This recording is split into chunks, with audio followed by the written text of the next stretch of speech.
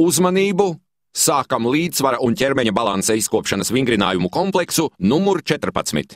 Spainis, putns, kārtiņa. Sākuma stāvoklis – rokas uz krūtīm, kājas spaiņa platumā.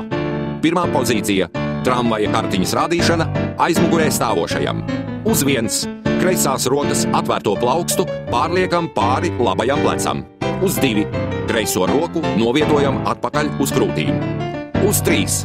Labās rokas atvērto plaukstu pārliekam pāri kreisajam plecam. Uz 4. Atgriežam roku sākuma stāvoklī. Pamēģinam visu kopā.